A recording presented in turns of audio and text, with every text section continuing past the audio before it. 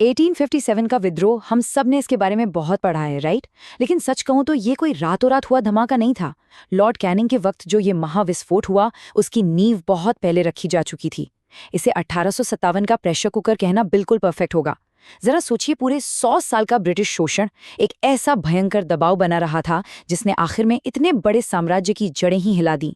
तो चलिए आज इसी प्रेशर कुकर को डिकोड करते हैं।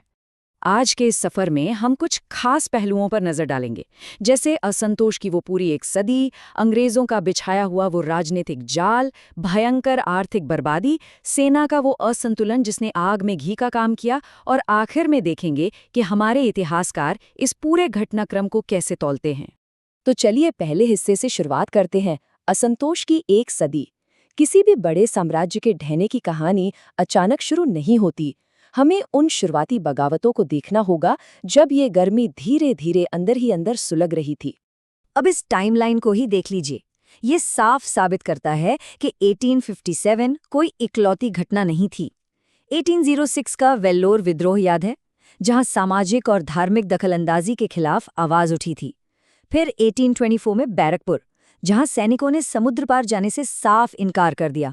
उसके बाद 1842 में फिरोजपुर और 50 के दशक के विद्रोह। मतलब बैरकों में बेचैनी का एक लगातार सिलसिला चल रहा था। लेकिन कमाल की बात यह है कि गुस्सा सिर्फ फौजियों में नहीं था, आम जनता भी एकदम किनारे पर आ चुकी थी। चाहे वो गद्दी से उतारे गए राजा महाराजा हों, जमींदार हों, या फिर भारी टैक्स के बोझ तले दबे बेचारे किसान, पूरा का पूरा समाज पिछले 100 सालों से इस एम्पायर के खिलाफ सुलग रहा था। अब आते हैं दूसरे अहम हिस्से पर, अंग्रेजों का बुना हुआ वो कुटिल राजनीतिक जाल। देखते हैं कि कैसे उन्होंने सोचे समझे कानूनी पेच फंसाकर भारतीय रियासतों की आज़ादी छीन ली। लॉर्ड वेलेस्ली की सहायक संधि या सब्सिडियरी अलायंस को ही ले लीजिए। ये कितना शातिर तरीका था। इसके तहत लोकल राजाओं को फंसाया गया, सुरक्षा के नाम पर उन्हें मजबूर किया गया कि वे अपने खर्चे पर ब्रिटिश सेना और एक ब्रिटिश रेजिडेंट रखें, और इसके बदले में उनकी विदेश नीति पूरी तरह से छीन ली गई। मतलब बिना कोई गोली चलाए कूटनीति के जरिए पूरा कब्जा। और फिर आती है कुख्यात डॉक्ट्रिन ऑफ लैप्स, यानी व्यपगत की नीति। ये बेसिकली जमीन हड़पने का एक 3 स्तरीय कानूनी जाल था। अगर राजा का अपना सगा बेटा नहीं है तो खेल खत्म। इन्होंने राज्यों को 3 हिस्सों में बांट दिया, वो जिन पर कोई ब्रिटिश कंट्रोल नहीं था, वो जो मुगलों या पेशवाओं के अधीन थे, और सबसे खतरनाक ब्रिटिश निर्मित राज्य, जिन्हें उत्तराधिकारी गोद लेने की बिल्कुल 100% मनाही थी। अब जाहिर है इस कूटनीति के नतीजे बहुत भयानक होने थे, और हुए भी। 1848 में अप्पा साहब का सतारा और 1852 में उदयपुर जैसे बड़े और अहम राज्य इसी चाल का शिकार होकर बेरहमी से ब्रिटिश साम्राज्य के पेट में चले गए। हमारा तीसरा पहलू और भी रुला देने वाला है, आर्थिक बर्बादी और जब्ती। राजनीतिक धोखेबाजी तो अपनी जगह थी ही, लेकिन आम जनता का जिस तरह से खून चूसा गया, उसने लोगों को हताशा के बिल्कुल चरम पर पहुंचा दिया। 20,000। एक बार इस नंबर पर गौर कीजिए। ये कोई छोटा मोटा आंकड़ा नहीं है। सिर्फ एक साल में 1852 में बंबई के इनाम कमीशन ने ठीक इतनी ही जागीरें जब्त कर ली थीं। जरा सोचिए, एक ही झटके में 20,000 संपत्तियां लोगों से छीन ली गईं। जब इतने बड़े पैमाने पर आपकी जमीनें छीनी जा रही हों और आपके सदियों पुराने पारंपरिक हस्तशिल्प को जानबूझकर खत्म किया जा रहा हो, तो क्या बचेगा? एकदम पक्की आर्थिक बर्बादी।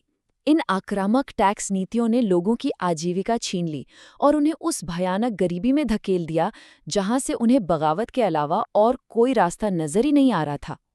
और अब भाग 4, सेना के वो आंकड़े और वो चिंगारियां जिन्होंने इस बारूद के ढेर में फाइनली आग लगा दी। जरा इस टेबल को ध्यान से देखिए। सैन्य असंतुलन वाकई हैरान करने वाला था। बंगाल प्रेसिडेंसी में जहां एक यूरोपीय सैनिक पर 2 भारतीय सैनिक थे, वहीं बंबई और मद्रास में तो ये अनुपात 1 के मुकाबले 3 का था। भारतीय सैनिकों की इसी भारी गिनती ने इतने बड़े लेवल के विद्रोह को प्रैक्टिकली मुमकिन बनाया। और ये सब उस सिस्टम में हो रहा था जहां चार्ल्स नेपियर जैसे बड़े अफसर अपनी ही बंगाल सेना के जवानों को उच्च जातीय भाड़े के सैनिक कहते थे। आप खुद सोचिए, जो लोग आपके एम्पायर की रीढ़ हैं, उन्हें आप भाड़े का टट्टू समझ रहे हैं। ये अंग्रेजों की वो अंधी सुपीरियरिटी कॉम्प्लेक्स और गलत फहमी थी जो आगे चलकर उन पर ही भारी पड़ी। अच्छा, एक बात और, ये कोई एक जगह की बगावत नहीं थी। देखिए कैसे गोवा में दीपूजी राणा, मद्रास में अर्नागिरी और गुराम गौस और दक्षिण में हैदराबाद तक सोनाजी पंथ जैसे नेताओं ने मोर्चा खोल रखा था। मतलब चिंगारियां हर जगह उठ रही थीं और ये पूरे भारत में फैलते असंतोष का सीधा सबूत था। जब ये जबरदस्त तूफान थमा तो ब्रिटिश साम्राज्य की जड़ें हिल चुकी थी। उन्हें समझ आ गया था कि ऐसा दोबारा हुआ तो वो नहीं बचेंगे। इसलिए उन्होंने अपनी सेना का पूरा डेमोग्राफिक्स ही बदल डाला। बागी इलाकों से भर्ती बंद कर दी गई और भविष्य के लिए गोरखा, सिख और पंजाब प्रांत के सैनिकों पर ज्यादा भरोसा जताया गया। चलिए अब आते हैं अपने आखिरी हिस्से पर, ऐतिहासिक फैसला। थोड़ा पीछे हटते हैं और एकदम न्यूट्रल होकर देखते हैं कि हमारे आज के इतिहासकार 1857 के इस महाविस्फोट को किस नजरिए से देखते हैं। जवाहरलाल नेहरू का नजरिया देखें तो वो इसे मुख्य रूप से एक सामंती विद्रोह मानते हैं। उनका मानना था कि ये पुराने राजा महाराजाओं और अभिजात वर्ग की आखिरी छटपटाहट थी, जो अंग्रेजों से अपनी खोई हुई ताकत और रुतबा वापस छीनने की कोशिश कर रहे थे। वहीं दूसरी तरफ इतिहासकार आरसी मजूमदार का नजरिया एकदम अलग है। वो इसमें से सारी भावुकता हटा देते हैं।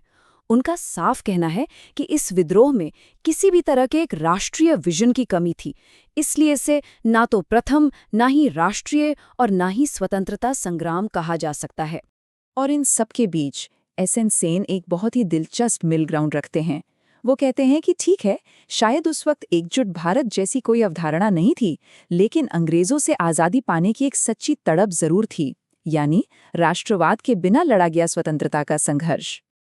अब ये सारे अलग अलग विचार हमारे सामने एक बहुत गहरा सवाल छोड़ जाते हैं। जब इतिहास की किसी एक घटना को कुछ लोग सामंती बगावत कहें, कुछ इसे सिर्फ एक मिथक माने और कुछ इसे आज़ादी की लड़ाई, तो आखिर हम एक क्रांति को कैसे परिभाषित करेंगे? 1857 का वो प्रेशर कुकर फट तो गया, लेकिन उसकी गूंज और उस पर ये ऐतिहासिक बहसें आज भी हमें बहुत कुछ सोचने पर मजबूर करती हैं, है ना?